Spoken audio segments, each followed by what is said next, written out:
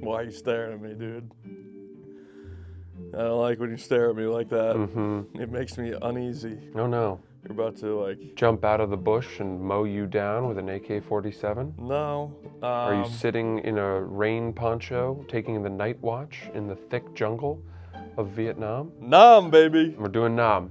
Yup. Vietnam War, 1954 to 1975. We didn't even get to fucking drink our champagne and shoot guns after World War II. A long conflict, right? There was this whole thought that you could never actually call it a war. It was a police conflict. Why? Because we never wanted to admit that we were fighting this war. So we didn't declare it.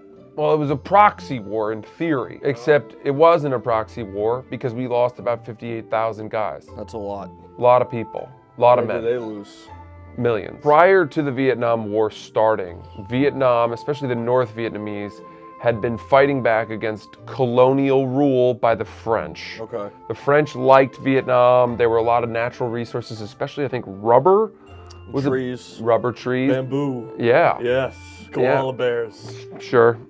Maybe. They eat the bamboo. Probably. They do. Possibly. They do.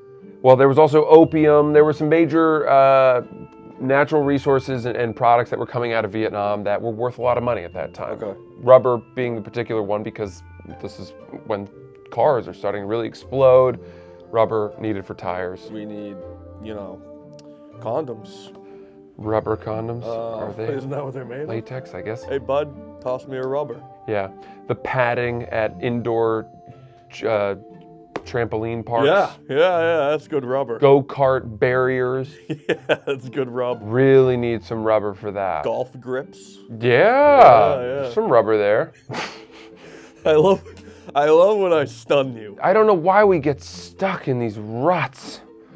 I'm just trying to teach you about the Vietnam War, and all of a sudden we're listing things that rubber is used for. That's why it's the best. Yeah. Nobody wants to talk about fucking rubber. We want to talk about what's made of rubber. Right. Weirdly, a harder assignment than you'd think. So they kick the French out, the French leave, and North Vietnam becomes independent. It tries to establish itself in the model of the communist states that it admires, mainly the Soviet Union and China. Yep.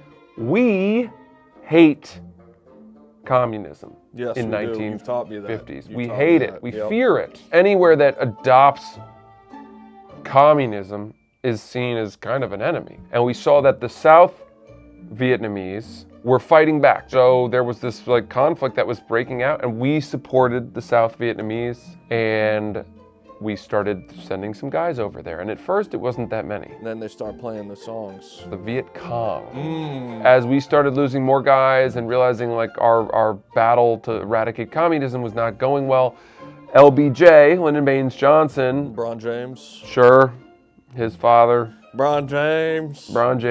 Sending more and more of our troops. You're so pleased with yourself when you throw something in like that. Look at how gleeful you are. In the seconds after you say something dumb like that, you don't hear anything I say. You just go off on your little happy, oh, look what I've done. Look at the shit that I left on the floor. Yeah. When do the songs come in? This is not like World War II. Right. One, we're not winning. We don't get much pride out of this. Two, none of us even know where Vietnam fucking is. I would guess Indonesia. Vietnam is probably one of my least favorite wars. Really? Well, we lost. Well, it's just like the music, That's it? 4th of July is coming up. You see the airplanes and they, Yeah. Nam. But a lot of them were protest songs. Maybe it's a little revisionist history. What do you mean? Now we see the videos and the music and we're like, that was badass. Yeah. Revisionist history. I see what you mean. Yup. You know what? I don't even want to untangle that. I just learned that phrase recently. I can tell. Like Dana B averaged 12 and 10 in high school. Might be revisionist history. Is that revisionist history? It might have been 11 and 9. No. You shaded up to a double-double? I mean, at 9.7, it goes up to 10. It's just a fact. Wow. It is. No, but that's revisionist history, When you do I know that I'm in trouble. I'm thinking about that, right? So my GPA in college was a 3.31. But unfortunately, I cannot shade that up to a 3.4. You're at 3.31? Mm-hmm. For a smart guy, that's not good. School was pretty hard. Well, yeah, but I'm just saying, 3.31. What, you got a problem with that? It's a B+ average. I was a 2.3 guy. Yeah, there you go. Yeah. So what the fuck are you talking about? Who are you to give me any shit about a 3.31? You're a full point below me. And it's ridiculous, obviously, because you went to Harvard, but it's just funny, you know? Mm-hmm. It's funny. I don't know. I tried. Yeah. I tried my hardest. I know. That was about as good as I could probably do. It was just a class selection problem. You know what? I don't need to fucking defend myself here. So by the late 1960s, we had over 500,000 troops over there. The North was being supplied with arms and intelligence by its shadow powers of Russia and China. By 1973, the cost of the war, the purpose of it, the disillusion and the unpopularity of it back home caused us to pull out of Vietnam entirely. And by 1975, South Vietnam had fallen completely to the full invasion by North Vietnam. Okay, so the Viet Cong took over. They took over and Vietnam becomes a communist country. You know what I remember you teaching me? What? You're gonna be impressed with this. Greed is the Achilles heel of communism. There you go.